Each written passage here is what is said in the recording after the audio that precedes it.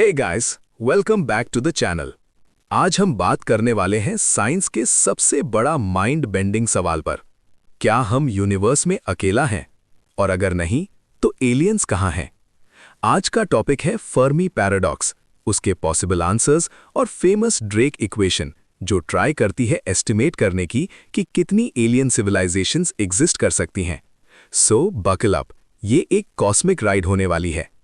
Fermi paradox, where is everybody? चलिए start करते हैं 1950 से। फिजिसिस्ट एनरिको फर्मी लंच कर रहे थे अपने कॉलीग्स के साथ और उन्होंने सडनली पूछा, वेयर इज एवरीबडी? यूनिवर्स इतना ह्यूज है, सिर्फ हमारी मिल्की वे गैलेक्सी में ही बिलियंस ऑफ स्टार्स हैं और उनमें से बहुत के पास प्लैनेट्स भी हैं। तो लॉजिकली इंटेलिजेंट लाइफ बहुत जगह होना चाहिए। लेकिन प्रॉब्लम यह है, ना कोई एलियन विजिट, ना कोई क्लियर रेडियो सिग्नल, ना कोई जायंट स्पेस स्ट्रक्चर, कुछ भी एविडेंस नहीं। इसी कॉन्ट्रडिक्शन को कहते हैं Fermi paradox. Drake equation, aliens की काउंटिंग का फॉर्मूला। अब आते हैं 1961 पर। एस्ट्रोनॉमर फ्रैंक ड्रेक ने बनाया एक probabilistic formula, n equals r star into fp into ne into fl into fi into fc into l। सुनने में कॉम्प्लेक्स लगता है, बट सिंपल है। ये हर स्टेप पर पूछता है, कितने स्टार्स बनते हैं, उनमें से कितनों के पास प्लैनेट्स हैं, कितने प्लैनेट्स लाइफ फ्रेंडली हैं, कितनों पर लाइफ एक्चुअली डेवलप होती है, कितनी लाइफ इंटेलिजेंट बनती है, कितनी सिग्नल्स भेज सकती है, और वो सिग्नल्स कितने टाइम तक रहते हैं। इन सब को मल्टीप्लाई करो और मिलता है n, number of detectable alien civilisations. Optimistic numbers डालो तो थाउजेंड्स या मिलियंस मिलते हैं, पेसिमिस्टिक नंबर्स डालो तो आंसर आता है सिर्फ 1। हम फिर भी एलियंस क्यों नहीं दिख रहे? यहां से शुरू होती हैं फर्मी पैराडॉक्स की possible explanations. 1.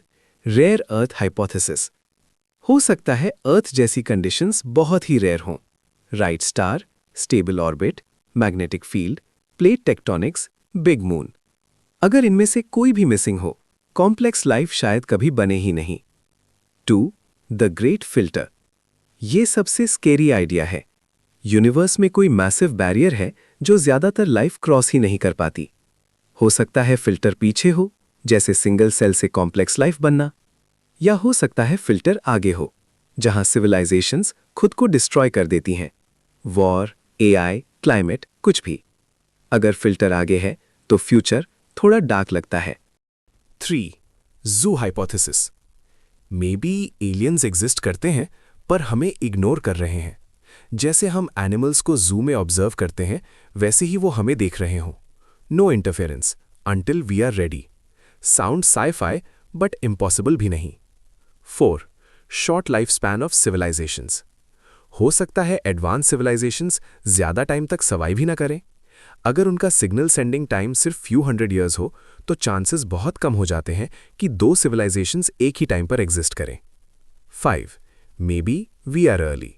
Universe 13.8 billion years पुराना है, पर हैबिटेबल प्लैनेट शायद रिसेंटली ज्यादा बने हैं। हो सकता है हम ही पहले इंटेलिजेंट स्पीशीज हों, या फिर एलियंस इतने दूर हों कि उनकी लाइट अभी तक हम तक पहुंची ही नहीं। Detection problem. सच ये है, हम सिर्फ कुछ डेकेड से ही सर्च कर रहे हैं और टेक्नोलॉजी भी लिमिटेड है। हो सकता है सिग्नल्स बहुत वीक हों या किसी अननोन मेथड से भेजे जा रहे हों। मतलब एलियंस हो सकते हैं, पर हम उन्हें देख नहीं पा रहे। तो क्या हम अकेला हैं? कुछ साइंटिफिक एनालिसिस कहते हैं कि चांसेस काफी हाई हैं कि हम ही अलोन हो सकते हैं, लेकिन प्रूफ अभी तक किसी के पास नहीं। सेटी सर्च कर रहा है, न्यू टेलीस्कोप्स एक्सोप्लैनेट एटमॉस्फेयर्स देख रहे हैं, और हो सकता है next big discovery just around the corner हो।